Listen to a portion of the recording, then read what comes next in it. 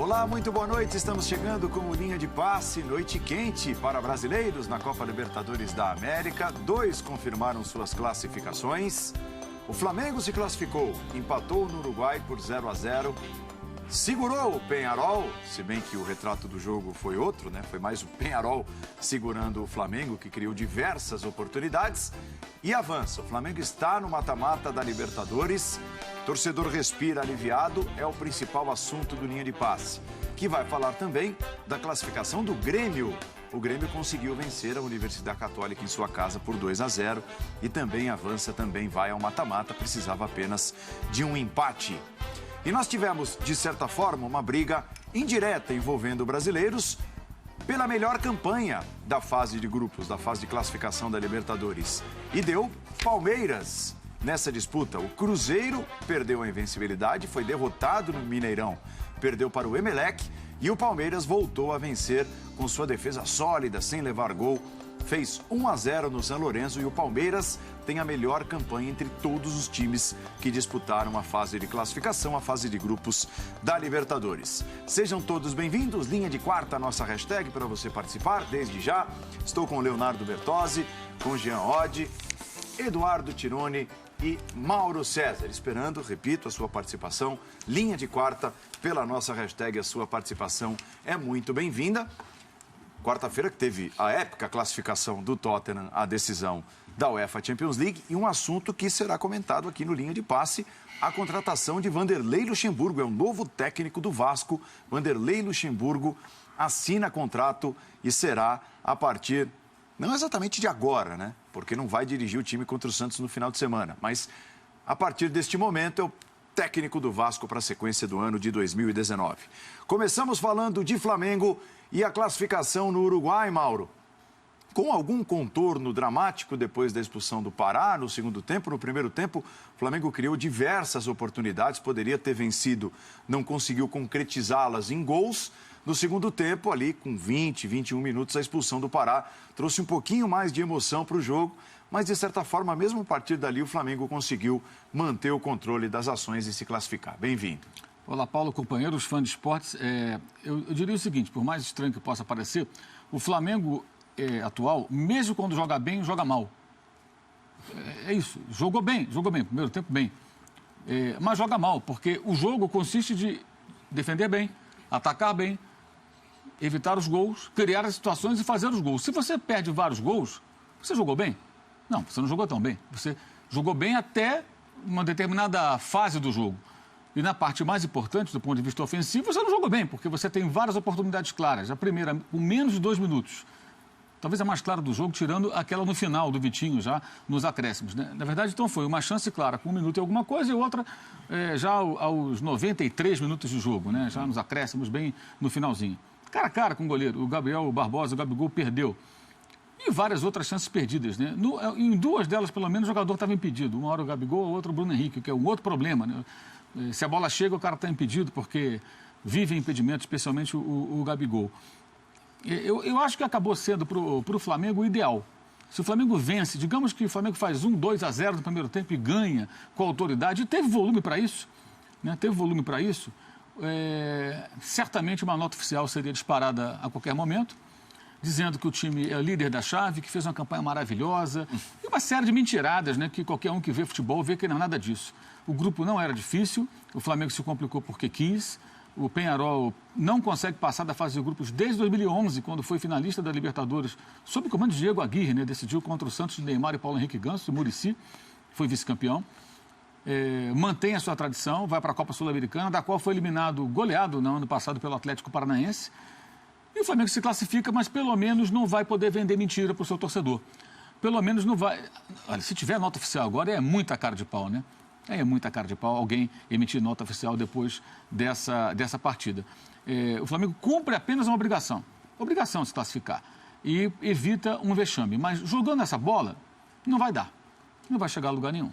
Não vai chegar a lugar nenhum. Porque mesmo quando joga bem, joga mal. Jogo organizado, o Peñarol não é uma grande equipe, muito limitado, sentiu a responsabilidade de ter que fazer o placar, não sabia por onde começar, uma situação muito desconfortável em relação ao jogo do Maracanã. Outro ponto que precisa ser urgentemente visto, o Flamengo não pode continuar jogando com Pará e Rondinei de lateral direito, um ou outro, não dá. Improvisa um zagueiro, improvisa o Ilharão, improvisa o Berrio, improvisa o Diego Alves, qualquer um, sei lá, o presidente ali, qualquer um. Os caras não têm a menor condição de vestir a camisa do Flamengo e jogar na lateral. O Rodinei, por ser um jogador jovem, eu até acredito que num outro clube, que ele comece zerado, com um treinador que o entenda, que consiga... Ele pode até virar um jogador interessante, útil, que ele tem todas as condições para isso. Mas o desgaste é muito grande, é muito difícil você imaginar o Rodinei se recuperando no Flamengo. Está muito marcado por culpa dele mesmo. Das bobagens que já fez, das atuações ruins, da displicência em determinados momentos, como o gol perdido contra o Vasco no Campeonato Carioca. Mas o Pará não tem a menor condição. O Pará foi o mapa da mina no jogo... O Pará foi o mapa da mina no gol do Palmeiras contra o Flamengo na, entre aspas, decisão do Brasileiro passado. O gol do Dudu foi em cima dele, tudo em cima dele. O Pará foi o que deu os chutões, também não é culpa só dele, culpa do jogo coletivo ruim no jogo da LDU. Os dois gols acabam saindo a partir dos chutões. O primeiro deles até um bico para frente com 40 e poucos minutos, 47, 48 do primeiro tempo. E hoje a expulsão dele foi de uma tolice, assim, uma coisa que não dá para entender. Por que com o cartão amarelo ele agarrou ali o jogador? Rigoroso o árbitro? Rigoroso, mas na cara. Está jogando Libertadores, jogador experiente, 32, 33 anos. Então, isso é urgente resolver essa questão. Não há condição. O Flamengo tentou ganhar a Libertadores em 2017 com Gabriel, Márcio Araújo, Rafael Vaz e Muralha. Aí foi embora essa turma toda, que não tem também condição de jogar no time com esse investimento. Aí fica o Pará, não tem condição, nada contra o Pará, pode ser gente boa, sei lá, a barbinha dele e tal, legal. Mas peraí, não dá, gente, não tem condição, não tem condição. Ele quase colocou tudo a perder, que o Peñarol é um time de fato limitado, um time que quando sentiu a responsabilidade não conseguiu fazer prevalecer nem mando de campo nem nada, a atmosfera nem foi tão pesada como se imaginava, e a LDU foi fazendo os gols, o Peñarol, acho que ao saber que a LDU alcançava o placar de que precisava, até com sobras, sentiu a responsabilidade, não criou muito pouco, ficou jogando bola na área do Flamengo, não criou grandes situações de gol, e o Vitinho ainda perdeu um gol inacreditável. Aí veio uma diferença fundamental do problema do Flamengo, dos seus jogadores, seja lá quais forem, na Libertadores. No Campeonato Carioca, o Vitinho entrou cara a cara com o goleiro no final do jogo e fez o gol. Até mais difícil do que hoje. Hoje foi mais fácil, a partir do próprio campo, conseguiu perder o gol. Existe ali um problema. O Flamengo não consegue ter segurança para jogar essa competição, não consegue se impor e sofre muito mais do que o necessário. Sofrer dessa maneira, como sofreu até o final, não que tenha sido ameaçado, mas uma bola vadia ali, poderia sair um gol.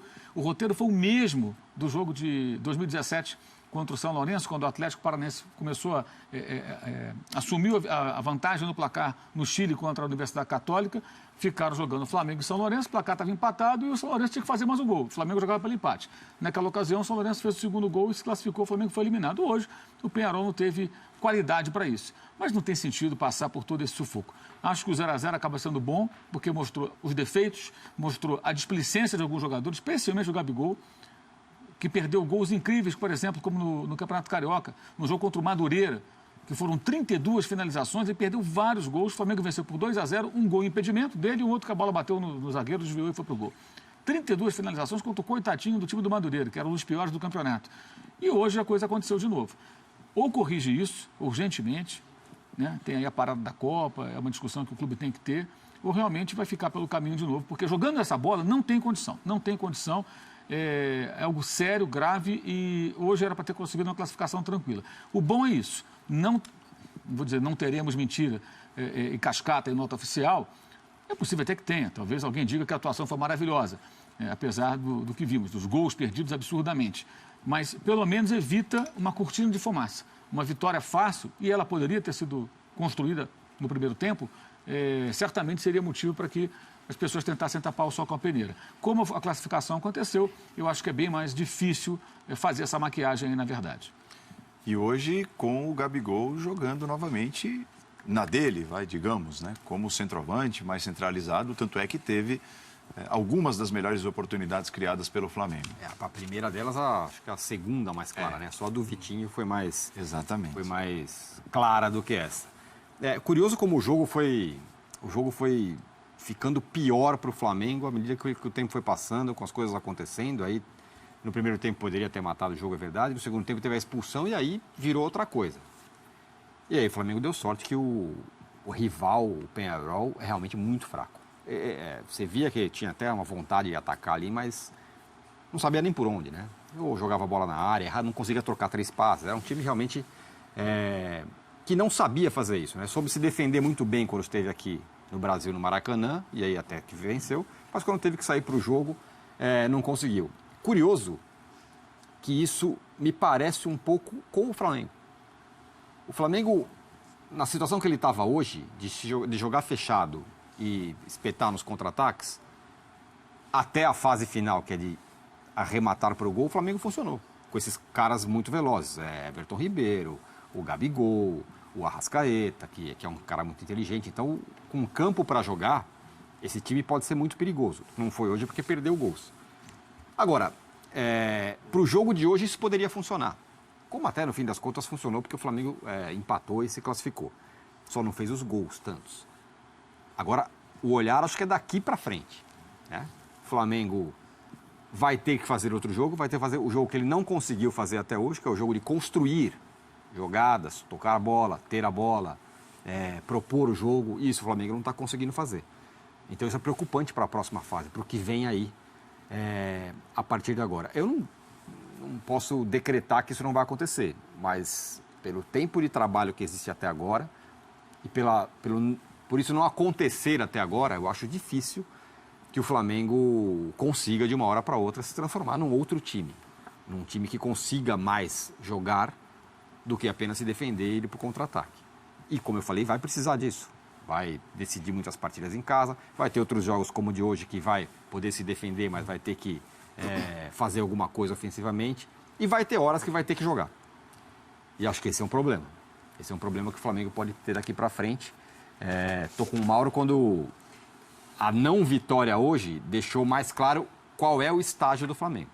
Acho que uma vitória hoje 2-0, 3-0, sei lá, se fizesse 2, 3 dos gols que perdeu hoje, ia dar uma visão um pouco errada do que é o Flamengo. Embora em nenhum momento acho que tenha se exaltado o estágio do Flamengo, né? Acho que assim, tá bom, talvez hoje uma goleada fora de casa contra o Penharol. Porque se ameaçou se exaltar no 6-1. No 6-1 contra o São José. Acho que vem da nota, né? Vem da nota da semana passada. E aquela coisa de estar tudo muito bem, tudo muito bom. Quem está criando crise aqui e tal. O que eu quero dizer é o seguinte, o torcedor não embarcou na nota, claramente. O próprio torcedor do Flamengo acabou, em alguns casos, incomodado e em outros casos, tirando o sarro da nota emitida. Que a nota deu tanto azar que eliminou até o Ajax hoje. Né? Verdade. Agora, o fato é que, acho que assim, a nota não serviu para nada, vamos dizer assim, né? A nota não convenceu ninguém, a nota virou apenas uma piada e só isso. Acho que não passou disso. Então, acho que nenhum torcedor rubro-negro, pelo menos nenhum não, né? Mas, claro, a maioria, acho que não estava absolutamente empolgado com o rendimento do clube, com o que o Flamengo vem jogando e com otimismo extremo por conta do rendimento coletivo. O otimismo, ele continua e acho que tem que existir por conta da qualidade dos jogadores. Só que hoje, eu acho que a história foi bem diferente. Eu acho que, assim, o Flamengo, para o que é o jogo, criou bastante, teve muitas chances, né? O Penharol é frágil. O Penharol é frágil.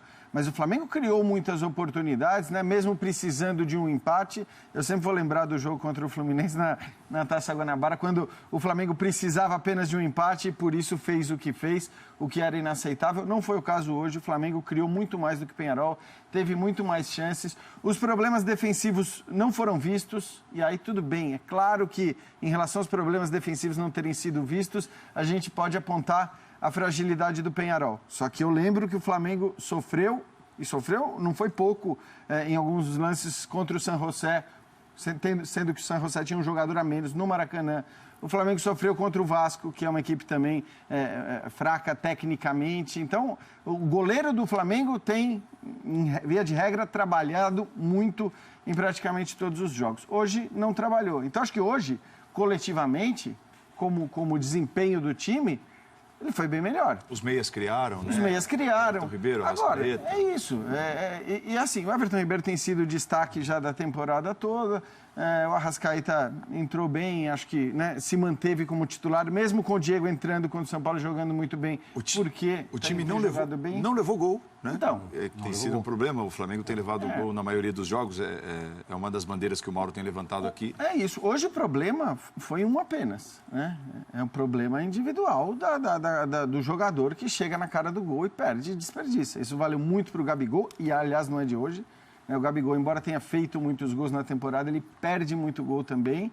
O Bruno Henrique perdeu o gol, o Vitinho perdeu o gol. Quer dizer, o problema ali, acho que foi muito mais do desempenho dos jogadores, individualmente, de chegarem lá na frente e desperdiçarem chances claríssimas, do que exatamente do desempenho do time. Se isso é um caminho, se isso é um motivo para o torcedor ficar otimista em relação ao que vai acontecer agora no Campeonato Brasileiro, eu não sei, é outra história. Mas o Flamengo passa na primeira colocação, e só poderia ser assim, né? Mas passa na primeira colocação, que também não é garantia de não pegar um adversário forte nas oitavas, né? A gente tem o River Plate na segunda colocação, tem o Grêmio na segunda colocação, o Boca, por enquanto, na segunda colocação da sua chave, isso pode mudar. Se não for o Boca, é o Atlético também, que é muito bom time. Veja só. Então, assim, o Flamengo tem dado muita sorte nos sorteios também, isso é bom que se diga. Quer ver, nós temos então os potes aqui bem adiantados, né? Restando 2 dúvidas ainda, né?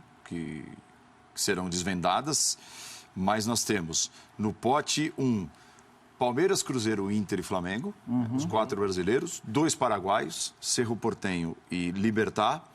Aí vem Olímpia ou Godoy Cruz, Atlético Paranaense, que seria um 5º brasileiro, ou Boca Juniors. E no pote 2, definidos já, são 6, né? 6 de 8 estão definidos, Nacional, River Plate, Grêmio, LDU, São Lourenço e Emelec. Quer dizer, vem parada dura aí, né? Pode ser a própria LDU de novo, não tem esse impedimento, né? Isso. Pode ser todo mundo. Esse grupo, a classificação final desse grupo, acho que ela acabou espelhando exatamente a diferença de forças aí. Embora tenha sido só no saldo ali, né? Diferença apenas no critério de desempate. Fica bem claro que o Peñarol é inferior até à própria LDU, e vendo os jogos isso ficou muito claro, né?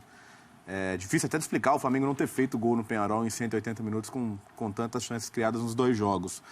O Peñarol perdeu para o San José, né? Isso realmente nesse grupo é uma façanha. A gente estava vendo os jogos lado a lado e os gols que o Flamengo perdia, ele ia perdendo também, né? Em dobro, acho. Em dobro, O primeiro tempo foi uma avalanche de gols perdidos, mas estava meio na cara que a partir do momento que fizesse o primeiro gol, o San José, sem nenhuma motivação também, fraco, ia acabar tomando mais, e foi de fato o que aconteceu.